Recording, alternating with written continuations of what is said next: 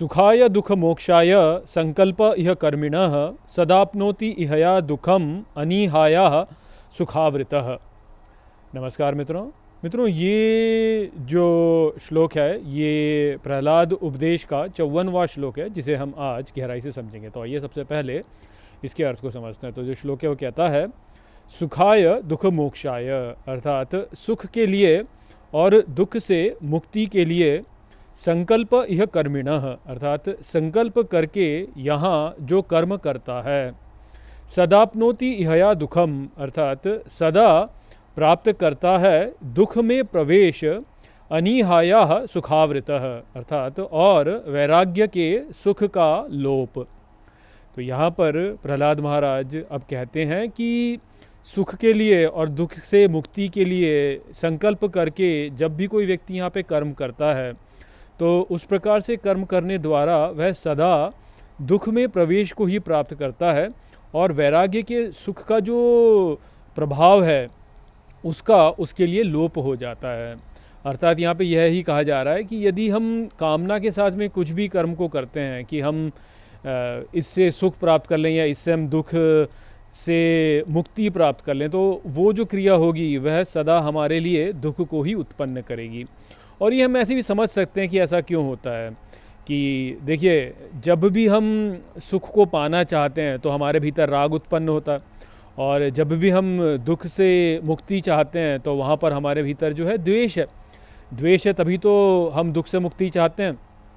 तो इन दोनों ही परिस्थितियों में आप देख सकते हैं कि हमारे लिए अंततः राग और द्वेष की उत्पत्ति होगी, और राग और द्वेष जो है वह ही वास्तव में दुख का कारण है। क्योंकि जिसके प्रति हमारे मन में राग होता है, जब उससे हमारे को अलग किया जाता है तो हमें दुख होता है। और इस संसार में कोई भी वस्तु ऐसी नहीं है जो कि सदा हमारे साथ में रहे, वह जो है वह एक न एक समय पर हमसे दूर होगी ही। तो इसलिए उस वस्तु के प्रति हमारे मन में सदा ये चिंता रहेगी कि हमसे छूट ना जाए। और यदि हमारे लिए इस प्रकार की चिंता है तो निश्चित ही फिर वह हमारे लिए दुख उत्पन्न करेगा। क्योंकि हमें चिंता हो रही है। तो इसलिए सुख की कामना जो है वह स्वतः ही हमारे लिए दुख को उत्पन्न करती है। ठीक इसी प्रकार से जब हम दुख से मुक्ति चाहते हैं तो हमारे भीतर द्वेष है कि हम किसी वस्तु के प्रति हमारे मन में ये हो रहा है कि हमें नहीं चाहिए, हमें इससे दूर जाना है। तो जब ऐसा होगा तो निश्चित ही हमारे मन में दुख है। तो इसलिए ये जो कामना है कि हम सुख को प्राप्त कर लें या हम दुख से मुक्ति प्राप्त कर लें, ये सदा हमारे लिए दुख को ही उत्पन्न करती है। और यदि हमें वास्तविक आनंद को प्राप्त करना है तो हमें इन दोनों से ही ऊपर उठना होगा। और ये जो ऊपर उठना होगा यह ही वास्तव में वैराग्य है। तो वैराग्य जो है वह ही वास्तव में हमारे स्वरूप में हमें स्थित कर देता है। और हमारा जो स्वरूप है वह स्वतः ही वास्तव में सुख स्वरूप है, आनंद स्वरूप है। तो इससे ये हमें पता चलता है कि किस प्रकार से जो है जब हमारे भीतर सुख को प्राप्त करने की कामना होती है, दुख से मुक्ति प्राप्त करने की कामना होती है, तो उसके द्वारा जो है वास्तव में हमारे लिए दुख ही उत्पन्न होता है। क्योंकि हम अपने स्वरूप से दूर हो जाते हैं, हमारा जो सुख स्वरूप है उससे ही हम दूर हो जाते हैं।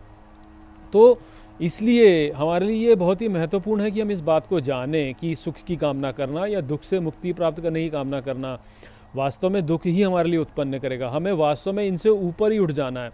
हमें इनके प्रति एक वैराग्य का भाव उत्पन्न कर लेना है कि दुख हो तो भी वास्तव में हमें कोई उससे अंतर ना पड़े, और सुख हो तो भी हमें वास्तव में उससे कोई अंतर ना पड़े। अब यहाँ पे प्रश्न ये उठेगा कि अच्छा ऐसा हो जाएगा तो कैसे होगा? दुख तो है ही और दुख से मुक्ति तो व्यक्ति चाहता ही है, परंतु वास्तव में ऐसा है नहीं। एक ऐसी स्थिति वास्तव में व्यक्ति प्राप्त कर सकता है जहाँ पर कि वह दुख से भी ऊपर उठ जाए, जहाँ पर वो ये समझ जाए कि दुख जो है वह वास्तव में हमारे लिए कल्याणकारी है, वह वास्तव में हमें स्वरूप में स्थित करेगा, वह वास्तव में हमें योग में डालेगा। और जैसे कि उन्होंने पहले बोला है कि योग क्या है? योग वह है जब मन के सभी संकल्प जो हैं वह रुक जाएं। तो मन के सभी संकल्प रोकना जो है वह ही योग है, वह ही आनंद की स्थिति है।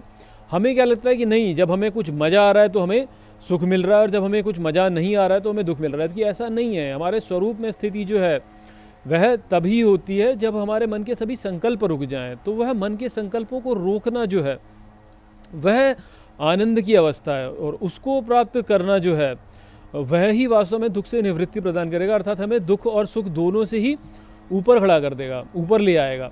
तो यदि हम ये बात जानें कि जब हम दुख भोगते हैं तो हमारे पाप कटते हैं और हम स्वरूप की ओर जा रहे हैं, तो हम फिर जो है उनको बड़े ही धैर्य के साथ में हम उनको अनुभव कर लेंगे और हम स्वरूप में स्थित हो जाएंगे। तो वो बात थी जो कि हमको यहाँ पे समझनी है। तो आशा करता हूँ कि मैंने यहाँ पर इस श्लोक को आपको अच्छे से समझा दिया होगा। चलिए इसी के साथ इस वीडियो को हम यहीं पे समाप्त करते हैं। नमस्ते।